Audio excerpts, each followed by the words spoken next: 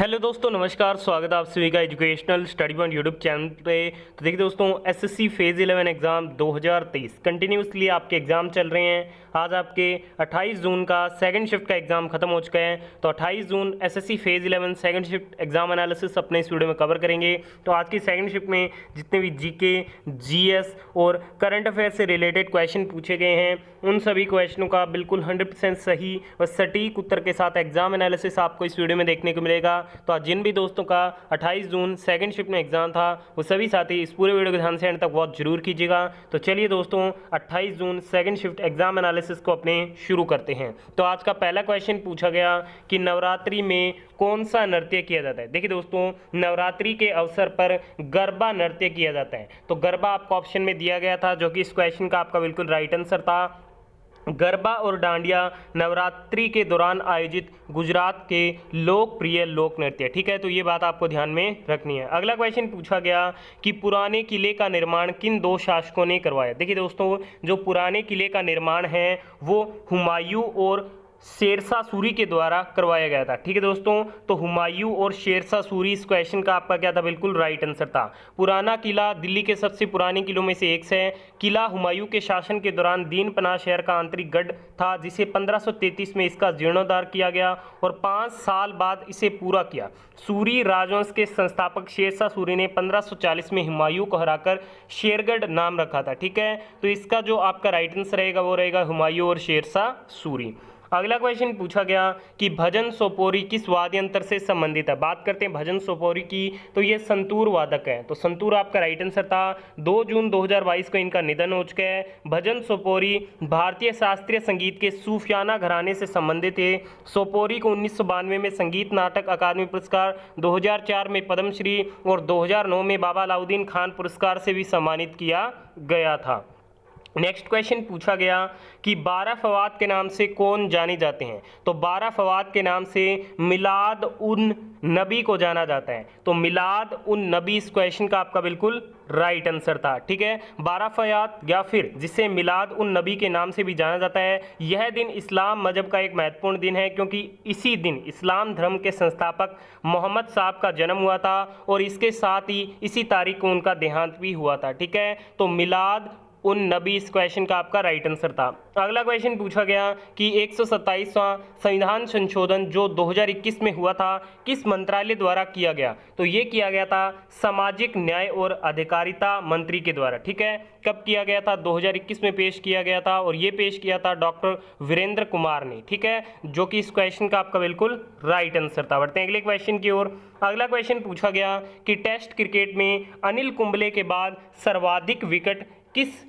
Bowler ने लिए हैं। तो टेस्ट क्रिकेट में अनिल कुंबले के बाद भारत के लिए जो सर्वाधिक विकेट लिए गए हैं वो आर अश्विन के द्वारा लिए गए। किसके द्वारा, आर अश्विन के द्वारा लिए गए हैं। तो आर अश्विन, इस क्वेश्चन का आपका बिल्कुल राइट आंसर था। अगला क्वेश्चन पूछा गया कि 42वां संविधान संशोधन में कितने डीपीएसपी जोड़े गए। ठीक है, ऑप्शन में दिए गए थे आपको 1, 2, 3, 4। तो 42वें संविधान संशोधन के अंतर्गत टोटल आपके 4 डीपीएसपी जोड़े गए। ठीक है, टोटल 4 भाग जोड़े गए, तो 4 इस क्वेश्चन का आपका बिल्कुल राइट आंसर था। बढ़ते हैं अगले क्वेश्चन की ओर।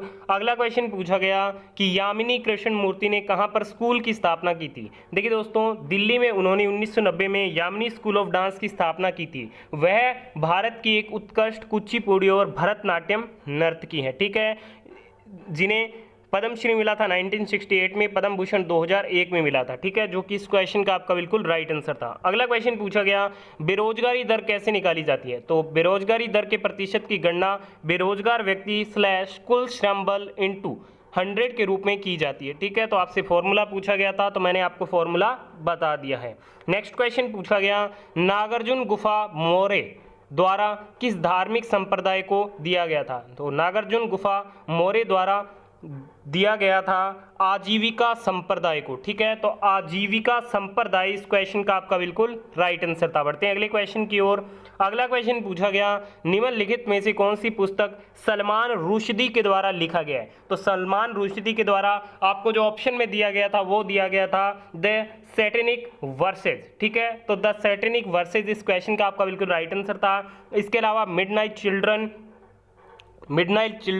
The satanic verses, portable atheist, 2 year eight month and 28, ठीक है। इसके अलावा गोल्डन हाउस शेम, ये सभी जो पुस्तकें हैं वो सलमान रुश्दी के द्वारा ही लिखित है, पर ऑप्शन में आपको द सैटेनिक वर्सेस दिया गया था, जो कि इस क्वेश्चन का राइट आंसर था। अगला क्वेश्चन पूछा गया, प्रो कबड्डी लीग सीजन 8 में सबसे अधिक पॉइंट प्राप्त करने वाला डिफेंडर कौन रहा? तो ये रहे हैं सुरजीत सिंह, जो तमिल थलाइवाद से थे। सुरजीत सिंह इस क्वेश्चन का राइट आंसर था। अगला क्वेश्चन पूछा गया, ठीक है, इन क्वेश्चनों में थोड़ा कंफ्यूजन आप कमेंट करके बताइएगा एग्जैक्ट इनमें से कौन सा क्वेश्चन पूछा गया था। एक क्वेश्चन था कि प्रो कबड्डी सीजन 8 में बेस्ट डिफेंडर का अवार्ड किसे मिला था? तो बेस्ट डिफेंडर का जो अवार्ड मिला था वो मोहम्मद रेजा चियाने को मिला था, जो पटना पायरेट्स से थे। और सीजन के जो बेस्ट रेडर थे वो पवन सहरावत थे बेंगलुरु बुल्स से, ठीक है। तो मैंने आपको सभी प्रकार से क्लियर कर दिया, जो भी क्वेश्चन पूछा गया था उस हिसाब से आप अपना राइट आंसर कर सकते थे। अगला एक क्वेश्चन पूछा गया कि डकवर्थ लुईस नियम किस वर्ष आया था? डकवर्थ लुईस नियम 1997 में आया था, तो 1997 इस क्वेश्चन का आपका बिल्कुल राइट आंसर था। अगला क्वेश्चन पूछा गया कि 1930 में दलित वर्ग एसोसिएशन की स्थापना किसने की थी? 1930 में दलित वर्ग एसोसिएशन की जो स्थापना है वो BR अम्बेडकर जी के द्वारा की गई थी। नेक्स्ट क्वेश्चन पूछा गया कि निम्नलिखित में से किसका उपयोग खाद्य पदार्थों के लिए परिरक्षक के रूप में किया जाता है? तो परिरक्षक के रूप में नमक, लहसुन, सिरका और हल्दी का प्रयोग किया जाता है, जो कि इस क्वेश्चन का आपका राइट आंसर था। अगला क्वेश्चन पूछा गया कि भारतीय चुनाव आयोग की स्थापना कब हुई थी? भारतीय चुनाव आयोग की जो स्थापना हुई थी वो 25 जनवरी 1950 को हुई थी, तो 25 जनवरी 1950 इस क्वेश्चन का आपका बिल्कुल राइट आंसर था।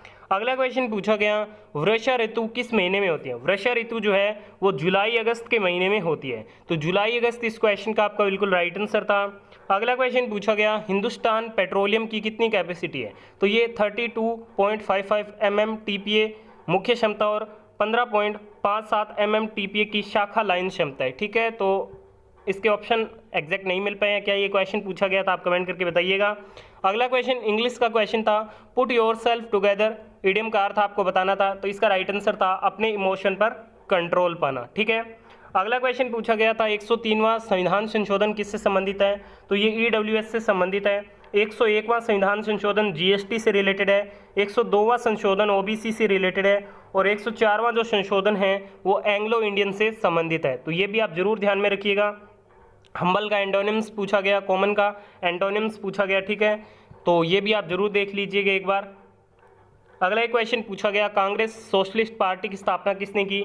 जयप्रकाश नारायण ने की थी 1934 में, ठीक है, जो कि इस क्वेश्चन का आपका राइट आंसर था। अगला क्वेश्चन पूछा गया, JCB पुरस्कार 2022 में किसे दिया गया?